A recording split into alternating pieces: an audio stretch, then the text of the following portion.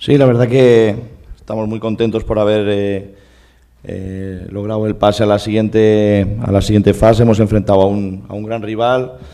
Creo que nos ha exigido a cada uno de nosotros el 100% y bueno, con mucho trabajo, como decimos siempre, con mucha fe, con mucha humildad, hemos demostrado que en el fútbol, en la cancha, se juegan 11 contra 11 y a pesar de que a priori el rival era el favorito, hemos conseguido primero no recibir ningún gol y segundo hacer 3 en la serie.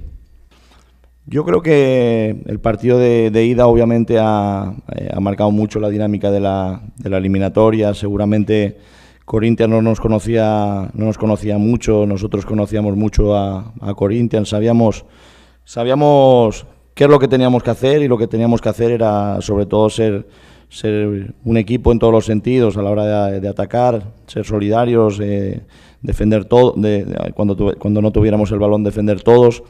Y el partido de ida, obviamente el marcador de la ida dificultó mucho la eliminatoria. Creo que empezamos a ganar sobre todo desde en Asunción. Creo que una parte importante era la eliminatoria, a pesar de que hoy se puso difícil, sobre todo en el primer tiempo, empezamos ahí a pasar la ronda.